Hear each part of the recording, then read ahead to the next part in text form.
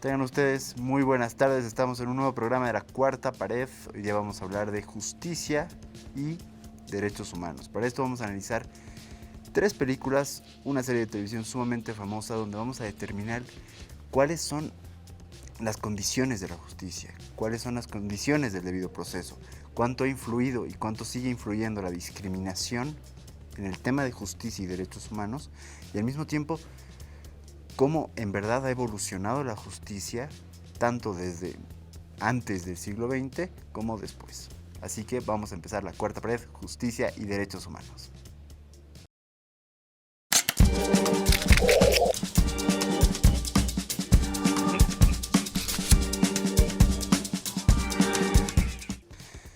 El día de hoy, para hablar de justicia y derechos humanos, hemos invitado a Yara Espinosa. Yara, mil gracias por haber venido. Ella ya es amiga tanto de la casa como de Cronistas Latinoamericanas, así que hola y gracias por haber aceptado venir. No, muchas gracias más bien por invitarme y feliz y contenta de poder participar y apoyar con esta iniciativa. Súper, bueno, en realidad tú eres una parte muy importante de La Cuarta Pared y de Cronistas Latinoamericanos porque fuiste la primera invitada cuando se habló de amor romántico.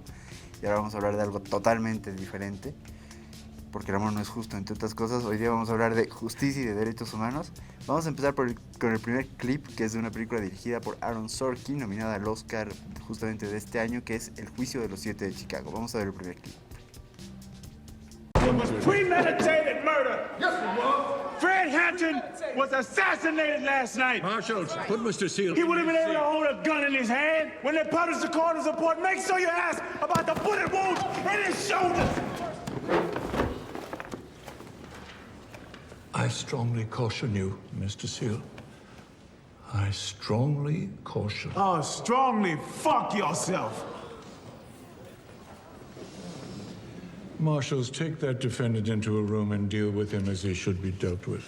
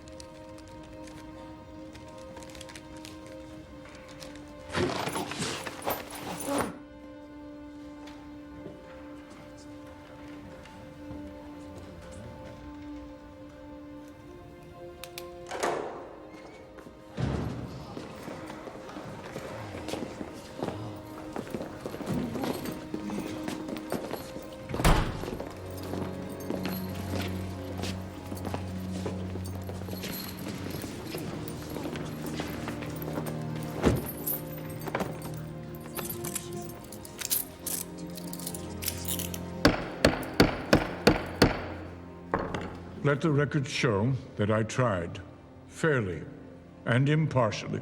I tried to get the defendant to sit on his own.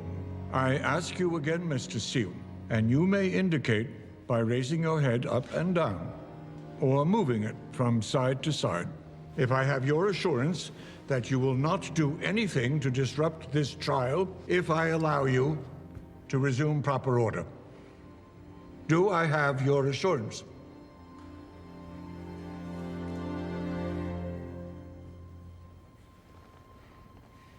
Acabamos de ver el primer clip de la película El Juicio de los 7 de Chicago de Aaron Sorkin. Y voy a empezar con la pregunta aburrida de por qué elegiste esta película para hablar de justicia y derechos humanos. Bueno, primero que nada es una película que me impactó bastante y creo que además refleja una lucha histórica, que es la lucha de las personas afrodescendientes y que creo que también refleja la lucha de muchas personas en diversos países, ¿no? Es algo actual, por más que nosotros lo veamos como un poco antiguo, nos damos cuenta que, por ejemplo, el año pasado hemos tenido este movimiento mundial de las vidas de las personas negras también valen, ¿no? Entonces creo que es muy importante porque a pesar de que pensemos que existe igualdad en nuestro país o existe igualdad en el mundo, lastimosamente las condiciones de vida y las condiciones de la justicia y los derechos humanos no son iguales para todos. Súper. Considerando que lo primero que se ve en esta escena es una evidente, y a lo largo de la película en realidad, es una evidente y flagrante violación del debido proceso cuando no se le permite a este activista afrodescendiente tener un abogado, que es un principio básico de derecho constitucional. A esto le sumamos este acto brutal del juez. Y mi pregunta puede parecer bien básica, pero obviamente si quieres justamente adentrarte un poco en ella sería genial. ¿Tú crees que acá en Bolivia, y si quieres más allá de Bolivia, la discriminación racial, y vámonos primero con lo racial, después nos vamos a todo tipo de discriminación, pero la discriminación racial llega a influir en que los juicios no sean justos? Claro que sí, ¿no? A mí me sorprendía, por ejemplo, ver en el periódico algunos comentarios cuando se está juzgando a alguna persona decir, tiene cara de maleante. O sea, y esa es una frase muy típica en nuestro país. Entonces, ¿qué significa tener cara de maleante, no? Entonces, eso nos delimita en sí ya una discriminación por el tipo de raza que uno tiene, por el tipo de aspecto físico que uno tiene. Entonces, totalmente, en Bolivia sí existe ese tipo de estereotipos que se dan, y obviamente si la gente lo tiene, es muy probable que también los abogados o los jueces lo tengan. Súper. Bueno, creo que ya lo sabías y creo que muchos de ustedes ya lo sabían porque lo mencioné un par de veces. Lamentablemente yo soy abogado. Entonces, algo que a mí me asombra de esta película una vez que la vi es que este juez tiene que ser recusado, tiene que irse al magisterio, le tienen que meter un montón de procesos y no puede volver a ser juez. O sea, obviamente en un ideal. En Bolivia, ¿qué crees que pasaría con un juez que termina actuando así? Que ojo, puede llegar a ser, sobre todo en la época, en el marco de la ley en cierto modo, pero con tan evidente discriminación, con tan evidente racismo, con tan evidente altanería. ¿Qué crees que pasa con un juez así en Bolivia? Bueno, yo creo que hay un antes y después de la ley de discriminación que salió, ante todo racismo y discriminación. Y creo que hay en sí varios procesos que se dan y que hay una defensoría del pueblo, pero que lastimosamente el racismo está a flor de piel. Voy a hacer mención al exministro, por ejemplo, de Yanine Áñez, que decía, yo no soy masista, no soy así, digamos. Tengo ojos verdes. Tengo ojos verdes, ¿no? Cuando era así como que masista es igual a no tener ojos verdes, y el exministro de Minería del presidente Evo Morales era César Navarro, de ojos verdes y choco, ¿no? Entonces es muy gracioso cómo estos estereotipos se están dando, pero que aún no tiene un peso legal, porque sí, habemos una sociedad donde empezamos a criticar y decimos qué es lo que es socialmente aceptado o qué es lo políticamente correcto, pero nos damos cuenta que aún no existe una penalidad a ese tipo de acciones y que tampoco tenemos una educación para ello, ¿no? Porque sí tenemos un Estado plurinacional y todo lo que quieras, pero cuando llegamos a la universidad, ¿qué tanto de igualdad de derechos nos enseñan, ¿no? O sea, no existe así como de un recordatorio de que si eres juez no puedes tratar al camba y al colla diferente o al indígena de otro modo. Una de las cosas que también me sorprendió fue en el juicio de Félix Pazzi, que él estaba recurriendo a la justicia indígena, por ejemplo, y no se le permitía hablar en su idioma, ¿no? Y él pidió que se pueda hablar en su idioma porque era parte de los derechos que te da la Constitución Política del Estado. Entonces sí creo que es importante hacer mención de esos aspectos, ¿no? Algo que mencionaste, y voy a dormir a todos porque voy a hablar un poquito de derecho. La Constitución boliviana es una constitución sumamente garantista. O sea, si se estudia y se considera, por ejemplo, la Constitución de Ecuador, que llegó a ser publicada antes de la boliviana, ya era un avance de garantía. Pero la Constitución boliviana ya es demasiado garantista. ¿Cuál es el problema de que sea demasiado garantista desde el punto de vista de muchos juristas? Que llega a ser muy utópico el cumplimiento, y es justamente lo que nos dice Yara, es decir, aceptamos 36 lenguas indígenas. Se debería de poder hablar en un juicio en cualquiera de las 36 lenguas. ¿cuánto en verdad afecta esta no discriminación utópica a la realidad social y a la realidad de justicia en el país? Creo que es importante enfatizar que las leyes de nuestro país no tienen presupuesto. Entonces, lastimosamente, como dices, la utopía se empieza a formar cuando el Estado no asigna presupuesto para hacerla cumplir. Entonces, lastimosamente, no tenemos ni juzgados, ni policía, ni todo el Estado completamente capacitado para garantizar los derechos humanos. Es bien interesante lo que dices. Hace poco se aprobó aumentar el presupuesto de una cartera del Estado que no es exactamente referida ni a salud, ni a educación, ni a justicia. No estamos para juzgar a nadie, pero es una barbaridad. El hecho de que la justicia quede de segundo lado, a diferencia de Estados Unidos, porque al final lo que vemos en las películas de Estados Unidos, donde tenemos esas cortes súper bonitas y con mucho espacio, versus ir a un juzgado en Bolivia, que no se lo recomiendo a nadie, al final el presupuesto para la justicia sí es importante. ¿Tú crees, igual como persona política, como animal político, si me lo permites, te parece que se tiene que nomás dar más bola a la justicia a nivel presupuestario? Claro que sí, mira, voy a hacer referencia a un caso que nos ha llegado hace unos días de Melissa Castro en Santa Cruz, que ella no ha podido instalar su sesión de tentativa de feminicidio y feminicidio, porque lastimosamente los presos políticos, los presos no tienen acceso a Zoom. Entonces, ¿cómo es posible que sigamos entorpeciendo la justicia, que sigamos alargando las situaciones con algo tan sencillo como acceso a Internet y a un dispositivo móvil para que el acusado asista a una sesión? Entonces, a ese nivel hemos llegado de carencias en el sistema judicial en nuestro país. Súper. Bueno, vamos a volver a retomar un poco todo lo que viene a ser la discriminación en la justicia, el racismo en la justicia, evidentemente cómo en verdad se consideran los derechos humanos, más aún considerando el estatus en el que hemos vivido desde el 2019 hasta también ahora, e incluso antes. Pero quiero pasar al siguiente clip, que es de la película Vencedores y Vencidos de Stanley Kramer, así que vamos a ver el clip. He made a great error in going along with the Nazi movement, hoping it would be good for his country.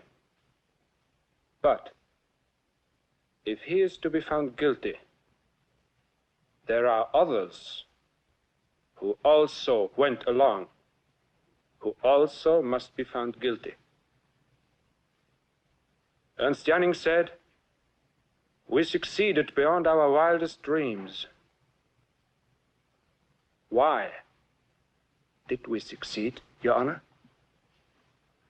What about the rest of the world? Did it not know the intentions of the Third Reich? Did it not hear the words of Hitler's broadcast all over the world? Did it not read his intentions in Mein Kampf, published in every corner of the world? Where's the responsibility of the Soviet Union, who signed in 1939 the pact with Hitler, enabled him to make war? Are we now to find Russia guilty? Where's the responsibility of the Vatican, who signed in 1933 the Concordat with Hitler, giving him his first tremendous prestige? Are we now to find the Vatican guilty?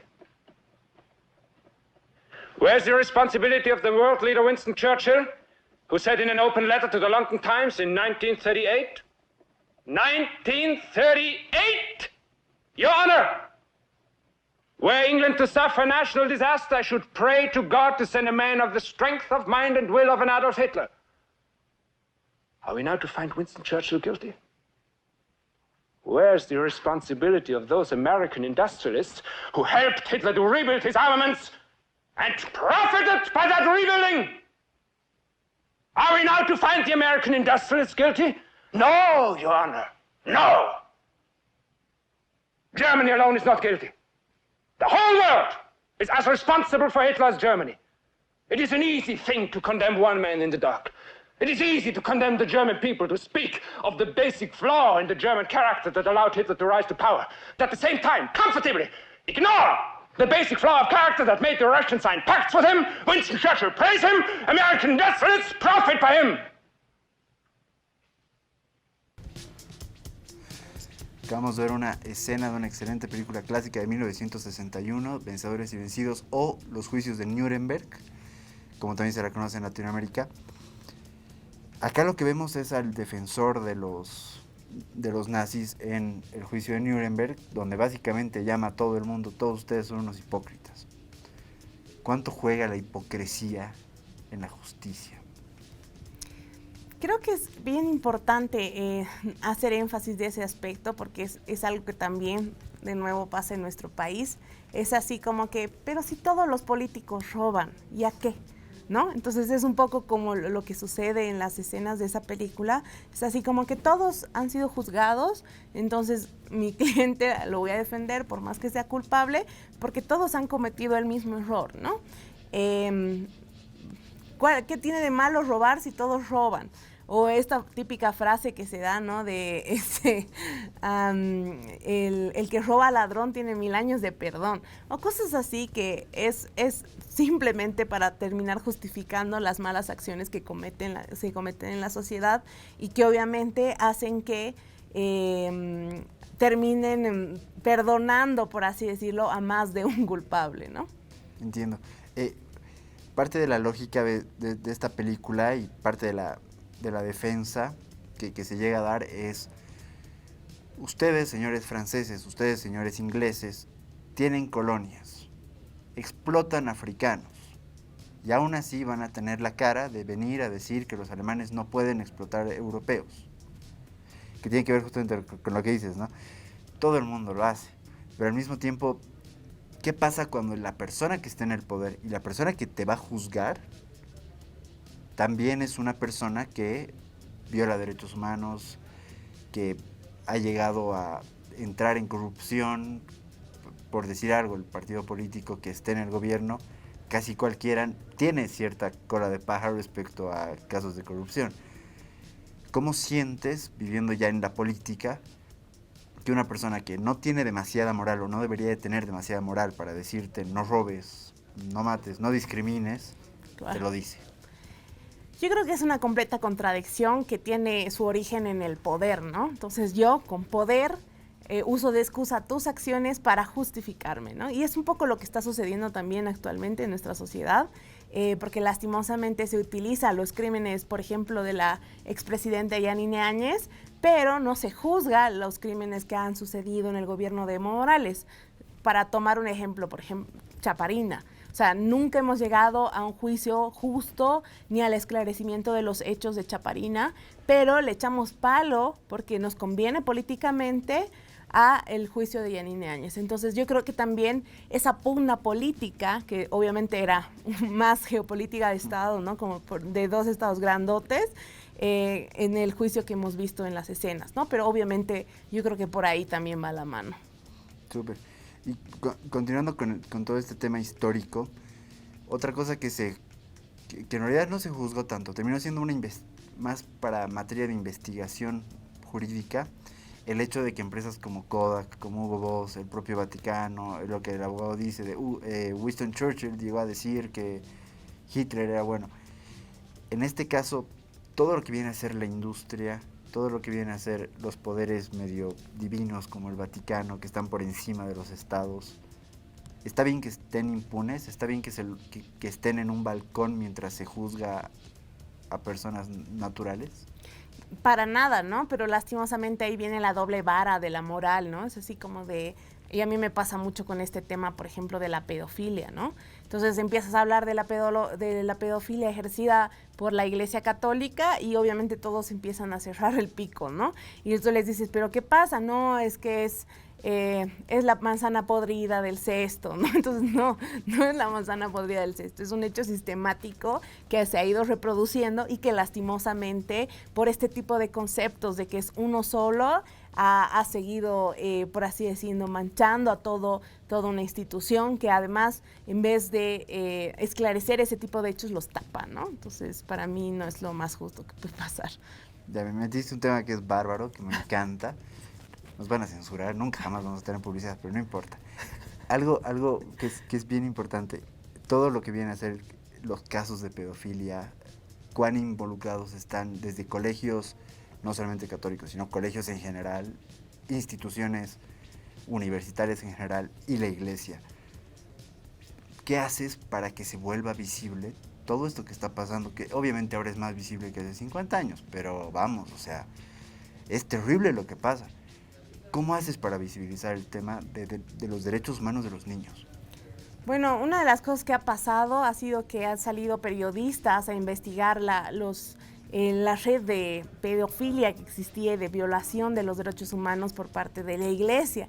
Y lo que hacían era trasladar a los culpables a otro país, a otra ciudad, y en vez de castigarlos, ¿no? Simplemente los desaparecían del lugar.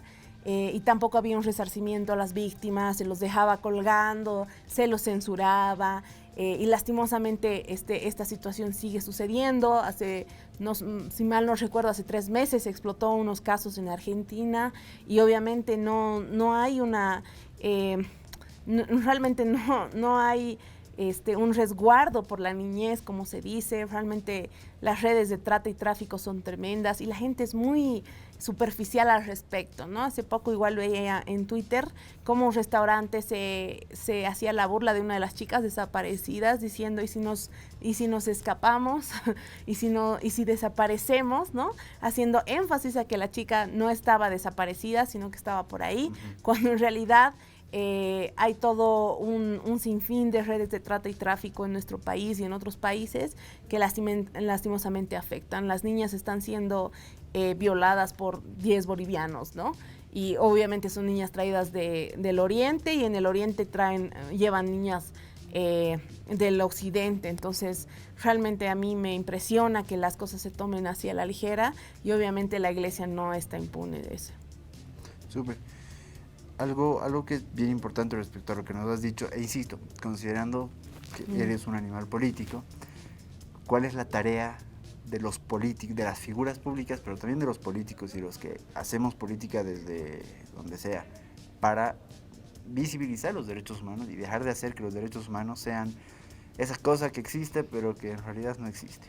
Bueno, creo que hay que hacer hincapié de que los primeros que consumen prostitución son los políticos, ¿no? Creo que es una cosa que hay que hacer énfasis, y que lastimosamente son los primeros machistas también, ¿no? A mí me afecta mucho en lo personal que nuestros políticos sigan sacando cosas como que lo que pasó la anterior semana, que fue así como si te muestras todita, te expones solita, ¿no? Ese tipo de cosas que realmente tumban todo sentido común, y que además siguen pensando que la solución es echarnos la culpa a las mujeres o echar la culpa a las víctimas, o cuando le pasan a los niños lo primero que piensan, pero ¿y su mamá? Digamos, ¿no? Entonces realmente no hay una conciencia social de lo que se debería hacer como sociedad, ¿no? Si realmente queremos acabar con la trata y tráfico, tenemos que acabar con el consumo de prostitución. Si realmente queremos acabar con la violencia infantil, pues dejen de permitir los concursos infantiles y la sexualización de las niñas en los medios de comunicación, porque eso es lo que está pasando. ¿Cuántas personas en Bolivia tienen acceso al internet y acceso a sitios pornográficos donde las niñas salen y terminan siendo expuestas, ¿no? Entonces esa es la situación. Súper. Bueno, estamos hablando de justicia y derechos humanos. Vamos a ver el tercer clip, que es de la excelente serie Juego de Tronos de HBO. I wish to confess. I wish to confess. You wish to confess? I saved you. I saved this city and all your worthless lives. I should have let Stannis kill you all. Tyrion!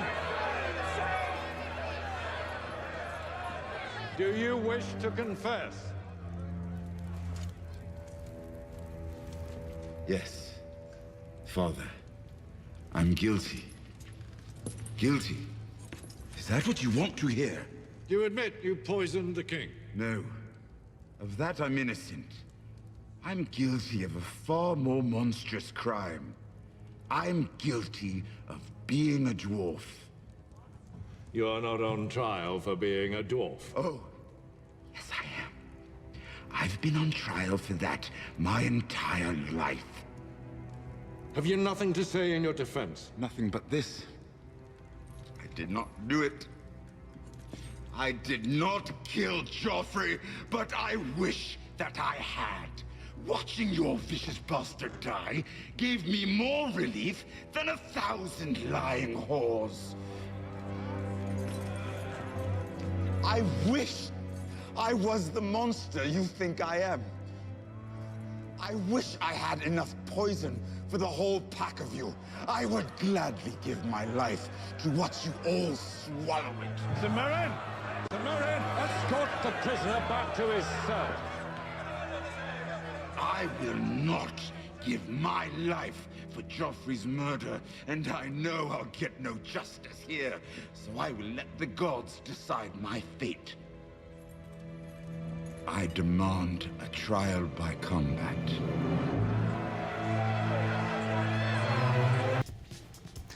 Acabamos de ver una excelente, maravillosa escena de la serie Juego de Tronos, en este caso protagonizada por Peter Dinklage. A ver, volvemos un rato al tema de discriminación, dejamos un poquito de lado el otro tema que fue picantito. Y está bien que sea picantito, la televisión tiene que ser picantita, así que no me molesta. Estábamos hablando justamente de discriminación y algo que dice el personaje Tyrion es: a mí ya me juzgaron, yo ya soy culpable por el hecho de ser enano. ¿Cuánto se puede llegar a extrapolar esta escena y este punto a mí ya me juzgaron porque soy opositor, a mí ya me juzgaron porque soy masista, a mí ya me juzgaron porque soy indígena, a mí ya me juzgaron porque soy mujer? Yo creo que los estereotipos están sumamente vigentes en nuestro país, ¿no? Como tú bien decías, una de las cosas que me ha afectado en lo personal es que en el tiempo de los 21 días, cuando se buscaba, por así decirlo, el esclarecimiento del supuesto fraude que se ha dado en nuestro país, bueno, yo sigo pensando que ha sido fraude, ha sido que cualquier masista que pasaba en la calle terminaba siendo discriminado. Una de las cosas que a mí más me ha dolido es que nosotros, siendo opositores, estábamos cargando, por ejemplo, una huipala y yo tenía mi poncho de colores. Todo tranqui, todos felices, pero al final los estereotipos son tan jodidos en nuestro país que terminamos encajonando a la gente. Si tú no perteneces aquí, o sea, yo no utilizaba en ese tiempo la bandera tricolor, entonces encajas acá, ¿no? Y terminamos metiendo a la gente y juzgándola y anticipando nuestro juicio en base a esos estereotipos, ¿no? Y lo mismo pasa ahora, es así como que la bandera boliviana se ha convertido en un símbolo pitita, cuando en realidad las cosas no son así. ¿En qué momento nos dividieron? ¿En qué momento nos encajonaron? ¿Y en qué momento tuvieron el derecho a juzgarnos, ¿no? ¿Para qué se usan los estereotipos? Yo creo que para seguir manteniendo el poder. Para mí es eso. Yo tengo el poder para decirte qué eres tú y qué es lo que tienes que hacer. Entonces, por eso necesito estereotipos, necesito ese tipo de etiquetas para rebajarte y disminuirte, ¿no? Ahora, hay una, voy a decir teoría, por usar una palabra. Si no estás de acuerdo, por favor, dame palo. Hay una teoría que es: se ha dado la vuelta a la discriminación. Ahora los blancos, heterosexuales, claro, católicos y que les gusta el toreo, somos los discriminados. ¿Cuál es ridículo? Para mí es ridículo que se piense esto, pero al mismo tiempo, ¿cuánto termina afectando a las minorías en verdad este pensamiento? No solamente el pensamiento que te digo de, oh no, soy blanco, qué pena por mí, y además soy hombre, qué macana, sino también el punto de, no, lo vamos a discriminar porque es blanco y porque no es indígena. Es decir, ¿cuánto juega este pequeño quiebre de la exageración de ambos lados? Yo creo que le llamaría la pérdida de privilegios. No es una discriminación en sí, sino que, o sea, para que estemos iguales, sí o sí alguien tiene que retroceder y otro tiene que avanzar. Es normal. Entonces, una frase que me gustaba mucho es: si lo que acabas de perder no lo tiene el otro, entonces no era un derecho, era un privilegio, ¿no? Entonces es algo que tenemos que empezar a naturalizar y es así como que no es discriminación que te cobren un peso más por ser blanco, porque es algo así como mi casera me cobra más porque soy blanco y no es así el tema. El tema es que ha habido una vulneración de los derechos humanos, que ha habido una vulneración en la justicia, en el acceso a recursos económicos, a educación, a todo, por ser indígena, por ser marica, por ser una persona transexual y un millón de etcéteras, ¿no? Entonces creo que es importante darnos cuenta de nuestros privilegios, de darnos cuenta que tenemos más acceso a la salud, más acceso a la educación. Incluso una de las cosas muy bonitas que me gustaría referir en el programa es, por ejemplo, en México hicieron un test de una señora con rasgos indígenas y además con vestimenta un poco más rural, mientras que otra chica con rasgos europeos y obviamente con ropa, entre comillas, a la moda, pidiendo un teléfono celular, ¿no? Entonces, las personas le negaban el teléfono celular a la persona con rasgos indígenas y se lo daban a la persona con rasgos europeos. Entonces, realmente ese tipo de cosas no pueden seguir pasando, ¿no? Súper. Algo que me encanta de Juego de Tronos, pero que me encanta de esta escena y que también me encanta de Tyrion como personaje, es como hay un punto en el que dice: tengo todas las de perder por el simple hecho de ser enano. Así que lo que les voy a decir ahora es que tengo tanta inteligencia, sé tanto de esto, que voy a dar la vuelta y me voy a ir a un juicio por combate. Y ponen, ¿no?, melodramáticamente a todos. No, qué grave. Y al final, el camino de la violencia, el camino sui generis, termina siendo más justo en cierta medida para estas personas. ¿Tú crees que eso pasa con minorías?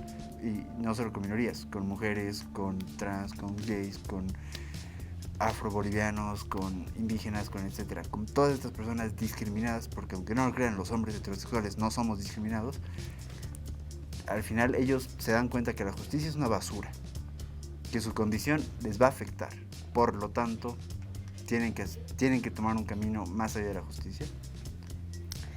Yo creo que es muy complicado lo que planteas, ¿no? Porque lastimosamente, por ejemplo, ¿qué oportunidades tiene de un juicio justo una persona con discapacidad en nuestro país? Cuando la mayor parte de los juzgados ni siquiera tienen una rampa para subir, ¿no?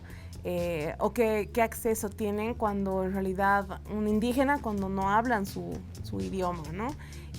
Yo creo que desde ahí la justicia ya tiene una inclinación a desfavorecer a los menos favorecidos, ¿no? Entonces, ¿qué haces? Y una de las cosas que a mí me sorprendía, por ejemplo, leyendo los comentarios, creo que del periódico Opinión, si mal no recuerdo, sobre un hecho delictivo que sucedió en Cochabamba, donde una persona trans cometió un delito, ¿no? Entonces, así como que tú leías los comentarios y veías así como que, ay, ahora espero que no digan que es discriminación y no sé qué. Incluso personas bastante formadas en el tema de defensa de derechos humanos decían que no deberían, por así decirlo, espero que los progresistas no pidan el mismo trato solamente porque es una persona trans, ¿no? Entonces, ahí te das cuenta de cómo se puede tergiversar esta idea de lo justo, de la justicia, del acceso a los derechos humanos, etcétera, ¿no? Entonces, sí, es una persona trans y debe ser juzgada como cualquier otra persona. No necesariamente necesitas poner un montón de estereotipos encima de ella o presumir su inocencia solo porque es una persona con discapacidad, ¿no? Creo que en otro país pasó ese tema de que era una persona que no tenía acceso, por ejemplo, no podía ver, entonces obviamente decía, no, es que yo no puedo ver, no puedo haber cometido delito. No, hermano, has cometido un delito, sí, se te va a facilitar la documentación en braille, pero necesitas ser juzgado por lo que has cometido, ¿no? Entonces, me gusta mucho la vuelta escénica que le dan a Tyrion, porque obviamente él presumen que es él por todo el odio que él ha ido, por así decirlo, teniendo, ya que era uno de los hermanos raleados, no sé, apartados del acceso al poder, pero que al final termina, como tú dices, dándole una vuelta, ¿no? Súper. Sí, al final lo que se ve es también como el ser una minoría, como el pertenecer a cierto tipo de grupo, en primer lugar, ya te va a poner en contra de la justicia. Y en segundo lugar, ya va a hacer que todos los focos estén en ti, hagas lo que hagas. Y al final eso es, en cierto modo, lo contrario de lo que debería de ser la justicia, ¿no? Claro. Bueno, ahora vamos a ver el último clip, que es de la película Marshall, de director Hadlin. Así que vamos a ver el último clip. When we first met, I told you that I'd only defend you if you were innocent, and you told me you were innocent. You remember? I remember. Did you lie to me? No, I didn't lie. So I'm gonna ask you again. Did you commit this crime? No. But you're willing to say you did. If I got to, I'm for the deal. If you got to.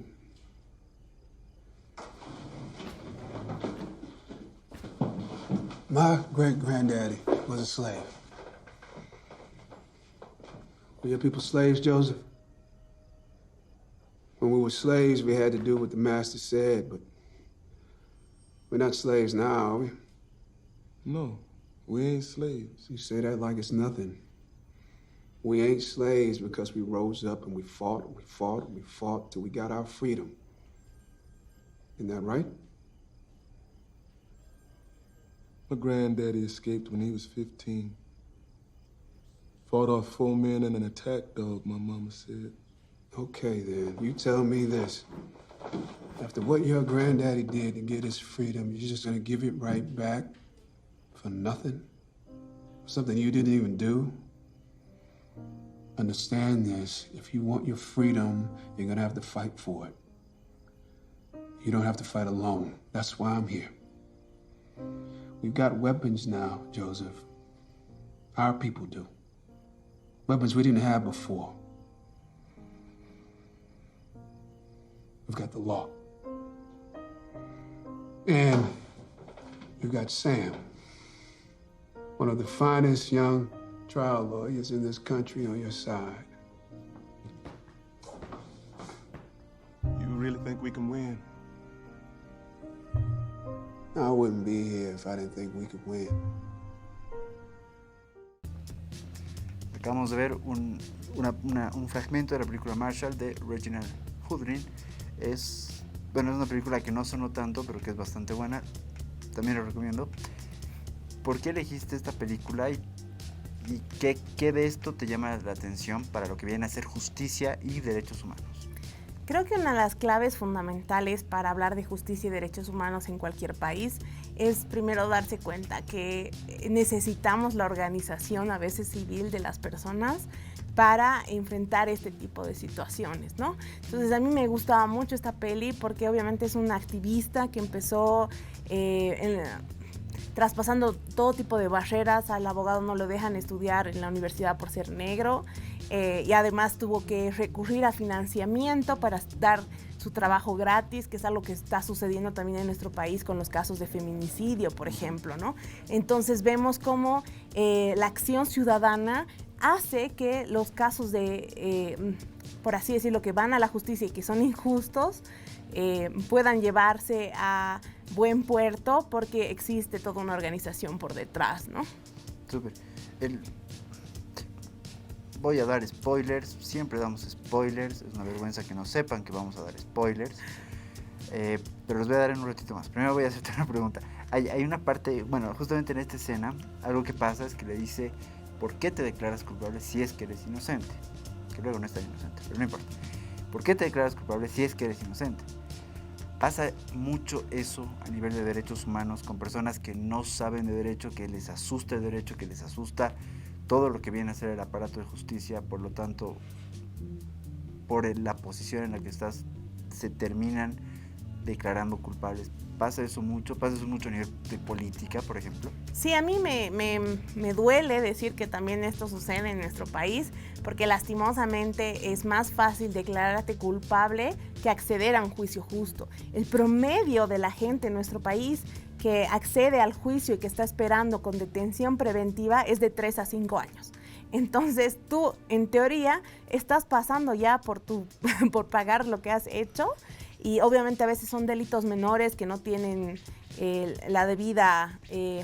No tienen el debido tratamiento. Obviamente hay una ley, la 1173, si mal no recuerdo, donde ahora tratan de acortar estos periodos y obviamente tratar de enmendar la situación de la justicia en nuestro país y el hacinamiento que existe, pero lastimosamente cuando existe toda esta vulneración, o sea, no tengo para un abogado, voy a esperar 3 a 5 años a que alguien me prueba la justicia, no tengo manera de conseguir pruebas, necesito trabajar y sostenerme, porque obviamente nuestras cárceles también fortalecen el contrabando y además el trabajo no bien remunerado dentro de las cárceles. Entonces dices, prefiero declararme culpable y empezar a generar ingresos desde la cárcel o a recibir todo este tipo de cosas que da el Estado, ¿no? Entonces creo que sí es bien complicado darnos cuenta de que a veces uno termina sucumbiendo a ese tipo de estrategias más para poder resolver su caso o su situación, ¿no? Lo siento, Zaffaroni, la reinserción social es una utopía, en resumen. Algo que igual termina siendo muy fuerte en la película es justamente cómo lo que le explica es: antes a nosotros los afroamericanos nos sacaban la mugre, nos hacían esto y no podíamos decir nada. Ahora tenemos a la justicia. Obviamente en el típico American Dream de, oh, miren, hemos discriminado, pero aún así tenemos justicia. En este caso, ¿tú crees que todo lo que pasó ya aterrizándolo en Bolivia, incluso antes de los 70, te diría antes de las dictaduras por si acaso, toda esa discriminación que había, donde definitivamente si eras indígena, evidentemente era muy probable que seas analfabeto, era muy probable que no tengas un peso, y es más que probable que vas a tener miedo, por lo tanto vas a morir? En síntesis, ¿ha evolucionado lo suficiente ahora? Bueno, es que realmente hay casos muy extremos en nuestro país de un acceso a la justicia, donde realmente no existen las posibilidades ni la información suficiente. A mí me pasaba un caso en Cochabamba, por ejemplo, en temas de feminicidio, y ahora, ¿qué hacemos, no? Es así, hermana, hay un SLIM, te dan abogados, se supone que tienen que hacerte tal y tal procedimiento de forma gratuita. Entonces, ¿qué tanta información real tenemos en nuestro país cuando realmente no tenemos los medios necesarios para difundirla? Porque si uno no conoce sus derechos, ¿cómo los ejerce, no? Empezando por esa premisa básica. Entonces creo que es necesario darnos cuenta de que existe una brecha real y gigante en temas de acceso a la justicia, ¿no? Súper. Quiero terminar con algo que nos va a alejar un poquito de lo que viene a ser la justicia, que ya te adelanté un poco la pregunta en algún momento, pero spoiler alert. Algo que ocurre en la película es que la persona, el afroamericano, termina estando enamorado de la blanca, rubia, ojos celestes, hermosa, y al revés. Y eso estaba muy mal visto, y el esposo de ella la iba a matar a ella por eso. Al final el amor, desde mi punto de vista, llega a ser, en cierto modo, un derecho humano. El derecho humano del amor está siendo coartado en la actualidad. Yo creo que sí, por este tema de las personas que no pueden, en realidad, no esté institucionalizado, porque en realidad ya se están casando, son de las personas homosexuales, ¿no? Entonces, uno no puede acceder al matrimonio igualitario o a la unión libre, por así decirlo, entre personas del mismo sexo en nuestro país. También se le ha cortado ese derecho a las personas transgénero, y obviamente existe una corriente patriarcal en nuestro país de pensar que la persona es objeto, ¿no? Entonces no tiene capacidad de decidir porque es mujer. Y creo que también hay una facción muy pequeña, a mi parecer, de personas que siguen pensando, no, ¿cómo que te vas a casar con un mamani? Es masista, ¿no? ¿Cómo vas a enamorar con un masista y no sé qué? Incluso hay una foto épica en Santa Cruz, que si mal no recuerdo, donde una chica estaba portando la polera de Bolivia dice sí, y el chico portaba la polera de Bolivia dijo no, ¿no? Y era toda una controversia en internet. Entonces, realmente, ¿cuántas divisiones estamos marcando en ese tipo de aspectos, no? Súper. Y esto también lo podríamos extrapolar, e insisto, también desde un punto de vista de violación de derechos humanos. Tal vez estoy exagerando, tal vez estoy diciendo extremadamente progre, pero también se lo puede asociar con el hecho de que parejas del mismo sexo no puedan adoptar. Yo creo que sí, porque, por ejemplo, yo soy una persona bisexual. ¿Cuál es el problema de que yo tenga un hijo o una hija teniendo una pareja hombre o una pareja mujer? ¿Cuál es la diferencia? ¿En qué momento me hago más incapaz por estar con una mujer que con un hombre, ¿no? Entonces, a mí me parece una locura. Y en qué momento también empezamos a satanizar la homosexualidad y pensamos de que ser homosexual está malo y por ende los niños van a tener una mala educación o una mala formación en valores, ¿no? Entonces nuestros estereotipos están coartando la libertad de ejercer la maternidad y paternidad de las personas homosexuales. Súper, y al final eso va en desmedro de la ingente cantidad de huérfanos, ingente cantidad de menores que lamentablemente no viven en las condiciones en las que deberían, ¿no? Pero aumentemos el presupuesto a cierto ministerio, pero no importa. Estuvimos hablando con Yara Espinosa de Justicia y Derechos Humanos. Yara, mil gracias por haber aceptado venir. Espero que te haya gustado esta pequeña cuarta pared. Una pequeña reflexión final, quizás. Bueno, la reflexión es que por favor consuman películas que son buenísimas como las que les acabamos de hacer referencia. Creo que es importante también que nos alimentemos en nuestro tiempo libre de cosas interesantes, de cosas que nos hagan reflexionar y que obviamente sigan viendo el programa porque es una iniciativa muy buena. También los invito a seguirnos por mis redes sociales, que es Yara Espinosa en Twitter y Yara Espinosa en Facebook e Instagram. Súper, muchísimas gracias. Estuvimos hablando de justicia, de derechos humanos en este nuevo programa de La Cuarta Pared. No se olviden seguirnos en Cronistas Latinoamericanos en Facebook, Cronistas Latinoamericanos en Instagram y Cronistas Latinoamericanos en Twitter. También suscríbanse a nuestra página en YouTube de Cronistas Latinoamericanos para ver este video y todas las producciones de Cronistas Latinoamericanos que hemos hecho a lo largo de estos últimos 3 años. El programa de La Cuarta Pared sale todos los sábados de 4 a 5 y el reprise los domingos de 4 a 5 y lo subimos entre el domingo y el martes a la página de Cronistas Latinoamericanos de YouTube. Conmigo hasta la próxima semana.